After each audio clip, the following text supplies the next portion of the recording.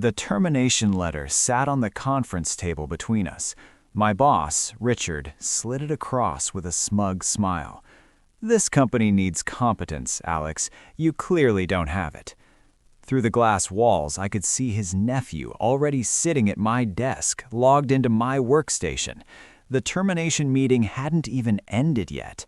HR looked uncomfortable. I was in shock. "My nephew will temporarily cover your responsibilities during the transition," Richard continued. "He's been shadowing you, so he knows the systems." I opened my mouth to respond, and that's when the conference room door opened without knocking. The CEO walked in, followed by the CFO, our general counsel, and two people I didn't recognize. The CEO looked directly at me, ignoring Richard completely.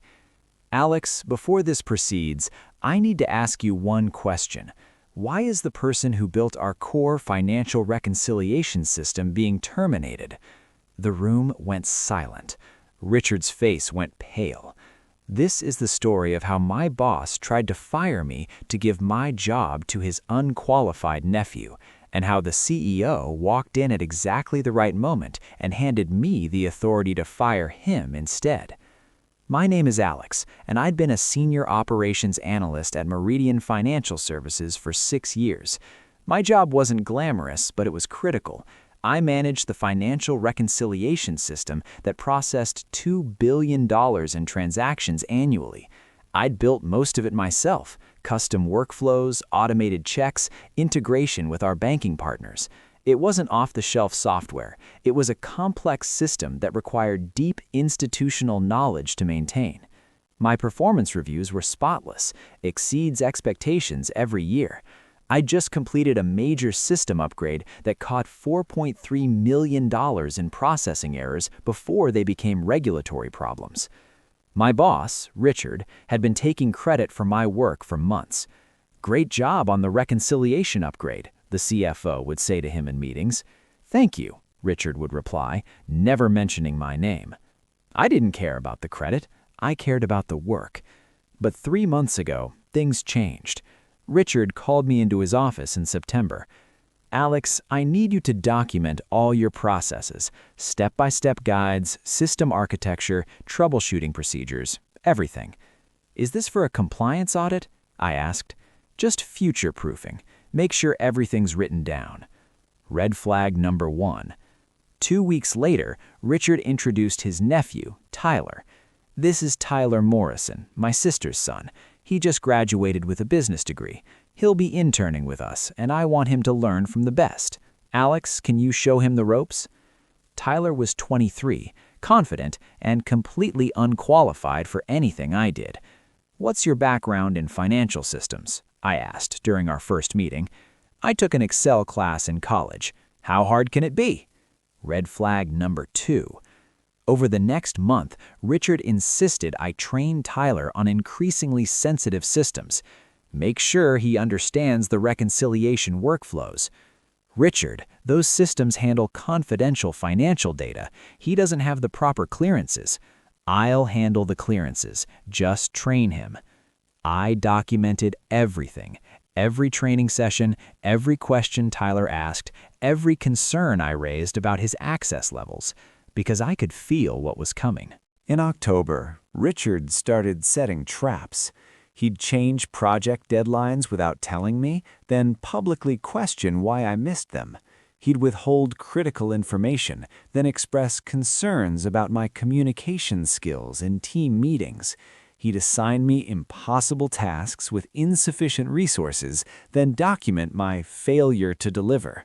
I kept records of everything: screenshots of emails showing changed deadlines, meeting notes documenting withheld information, project logs showing unrealistic expectations. Tyler, meanwhile, was getting bolder. "Once I take over this role, I'm going to modernize everything," he told me during a training session. "This system is so outdated." "Take over what role?" I asked carefully. He realized his mistake and backpedaled. "I mean, hypothetically, if I were in a senior role someday." But I'd heard what I needed to hear. 2 weeks later, HR called me for a routine performance discussion. I brought my documentation folder. The meeting was in the glass-walled conference room. Richard, HR Director Susan Chen, and me. Richard had prepared a whole presentation. "Alex, we need to discuss some performance concerns that have been escalating over the past quarter." He pulled up a slide deck. Every trap he'd set reframed as my incompetence. Missed deadlines, communication breakdowns, quality issues. I stayed calm. "I have documentation that contradicts each of these points.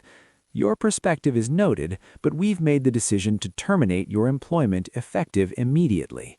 Susan slid the termination letter across the table.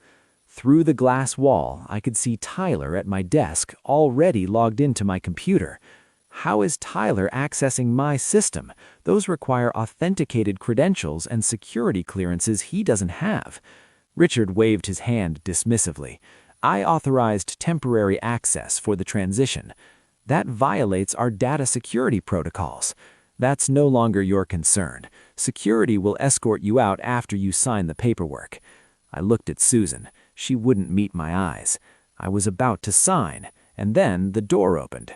CEO Margaret Chen walked in without knocking, followed by CFO David Park, General Counsel Robert Kim, and 2 people in suits I didn't recognize. The energy in the room shifted instantly. Margaret looked at Richard briefly, then focused on me. "Alex, before we proceed, I have a question.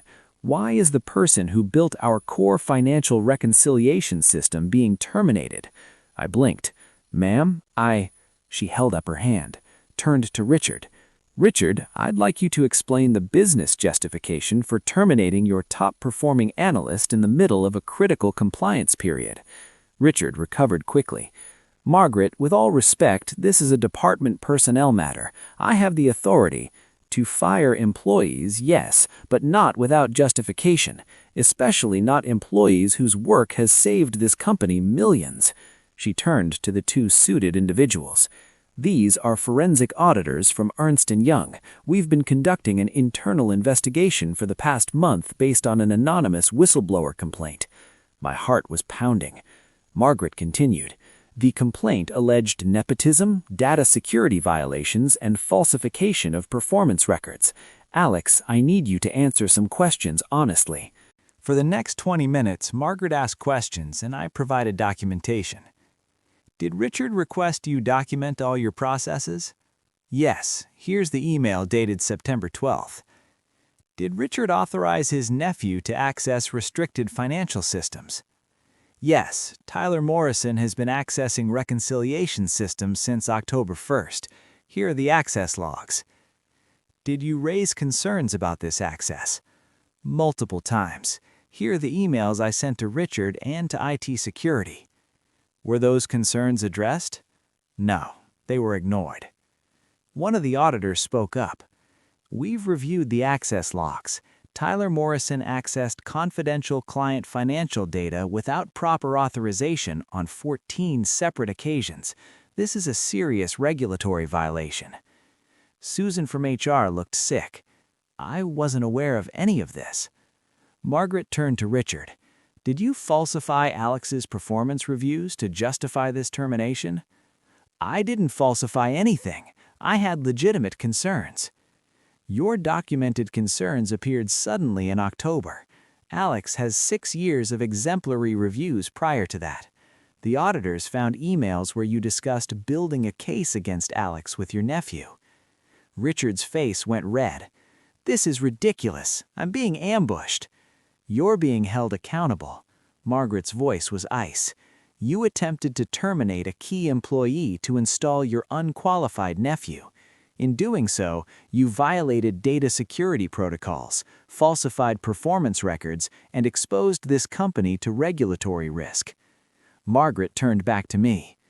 "Alex, I need you to stay. I also need you to do something else." She opened a folder and slid a document across the table to me. I read the header, "Termination Authorization, Department Head Richard Morrison."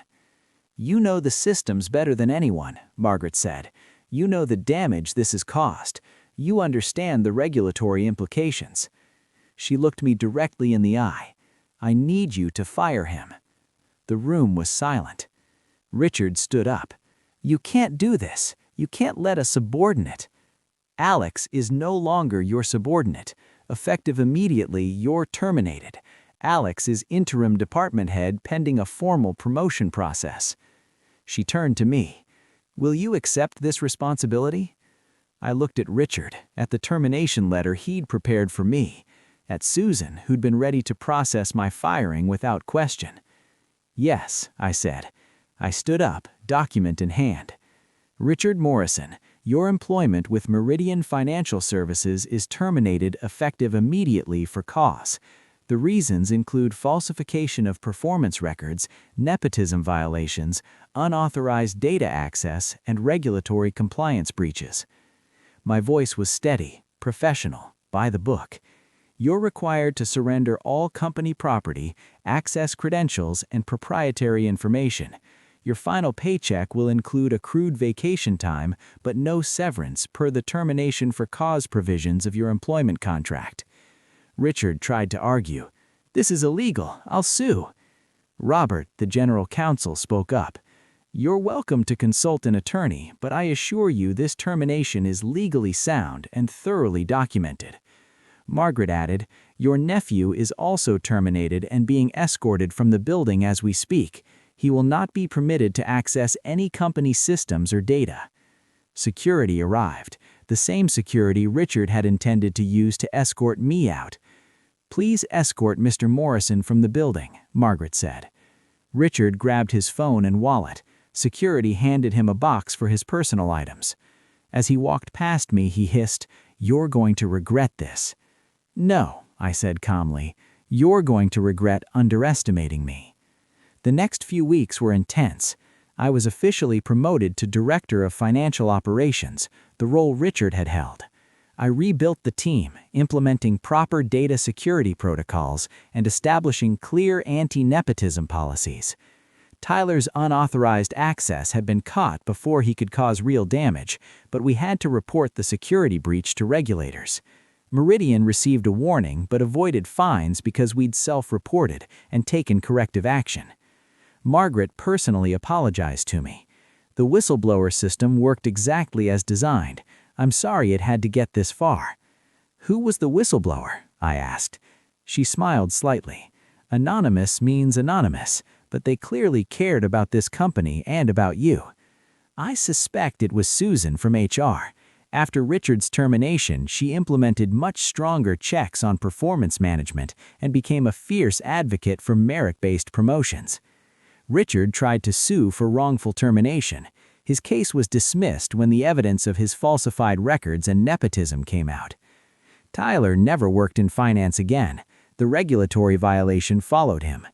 3 months later, I received an offer from a competitor, Director of Operations, triple my original salary. They'd heard about how I handled the Meridian situation. I took the offer to Margaret. "I'd like to match it and promote you to VP," she said immediately.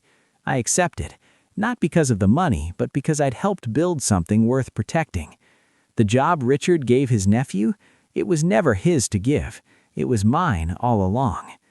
If you're in a workplace where you're being set up to fail, document everything, every email, every project, every conversation, because when the moment comes, and it will come, you need evidence, not just your word against theirs. Richard fired me for incompetence. The CEO fired him for corruption. And the job he tried to steal, I kept it, improved it, and eventually left it on my own terms for something better. Thanks for watching. Hit subscribe for more workplace justice stories. And remember, the person they're trying to replace might be irreplaceable. See you next time.